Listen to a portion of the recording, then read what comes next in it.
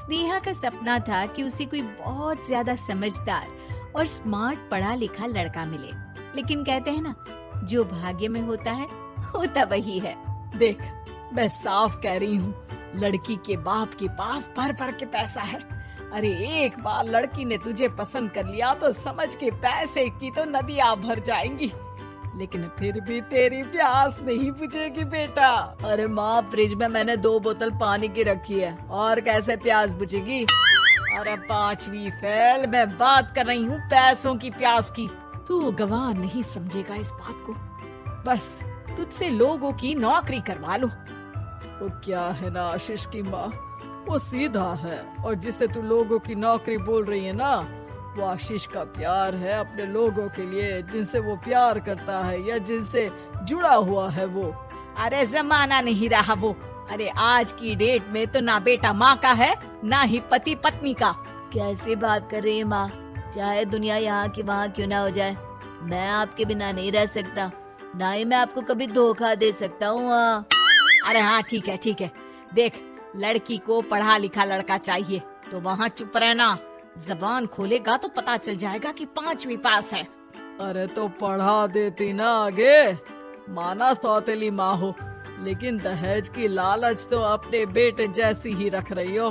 पापा ऐसा मत बोलिए ना माँ को, वो मेरी माँ है, मैं उनसे बहुत प्यार करता हूँ। अच्छा बेटा, कुछ नहीं कहता, बस तैयार हो जा, चलते हैं और देखते हैं कि कौन है लड़की और क्या चाहती है। सभी मिलकर लड़की देखने जाते हैं, जहाँ स्नेहा आशीष को देखकर ही इम्प्रेस हो जाती है। वाह, कितना हैंडसम है, काश इससे मेरी शादी हो जाती, लेकिन पता नहीं कितना पढ़ा लिखा है। स्नेहा, लड़का बहुत अच्छा है, बेचारी की माँ दूसरी है, लेकिन देख रही है ना, हीरा भी इतना चमकीला नहीं होगा जितना कि ये। स्नेहा को समझ नहीं आता कि वो क्या करे।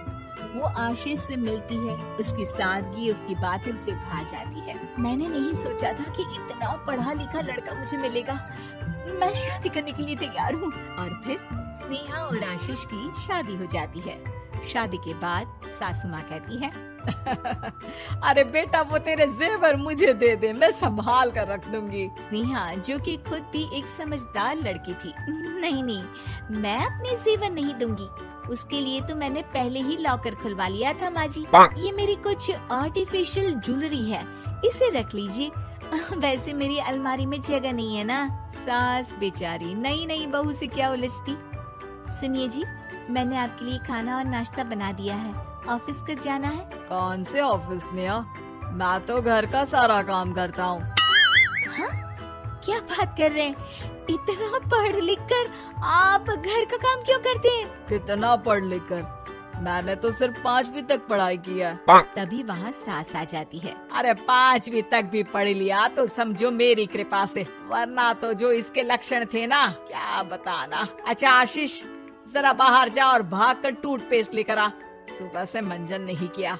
और हाँ, फिर जाकर दुकान की सफाई कर देना, तेरा छोटा भाई दुकान पर जाने को तैयार हो रहा है। स्नेहा ये सब सुनकर हैरान रह जाती है। वो सोचती है कि आखिर उससे क्या गलती हो गई जो उसके साथ ऐसा हुआ। आशीष स्नेहा के पास जाता है। सुनो, तुमको तो मैंने पहली मुलाकात में ही बताया था कि। स्नेहा आशीष की बात ही नहीं सुनना चाहती है। वो जोर से चिल्लाती है, चुप रहो, बिल्कुल गंवार कहीं के।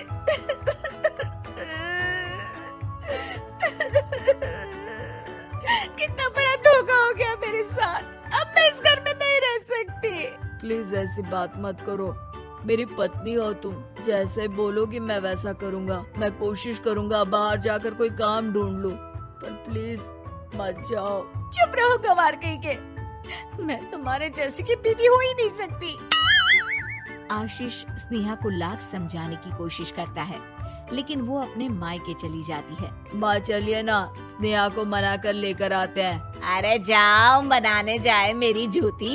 इतना घमंड, जैसे कलेक्टर हो कहीं की महारानी। अरे मैं तो तुझे कहूँगी कि तू भी भूल जा, हमने नहीं भगाया, खुद ही तो गई है। माँ वो बीवी है मेरी, मैं प्यार करता हूँ उससे, मैं जा रहा हूँ उसे लेने। वहीं स्नेहा के घर पर। माँ वो तो कुछ काम ही नहीं करता, घर का नौकर है, 5वीं पास।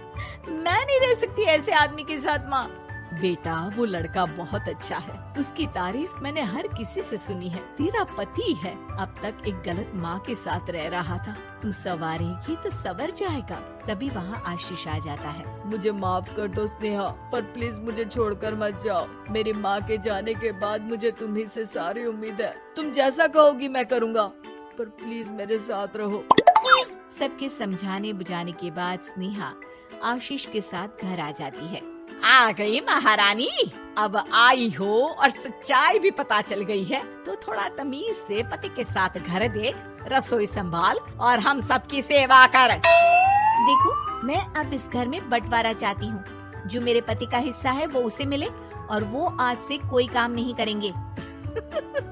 हिस्सा ले लो, लेकिन कमाओगे क्या, खाओगे क्या, धूल मिट्टी।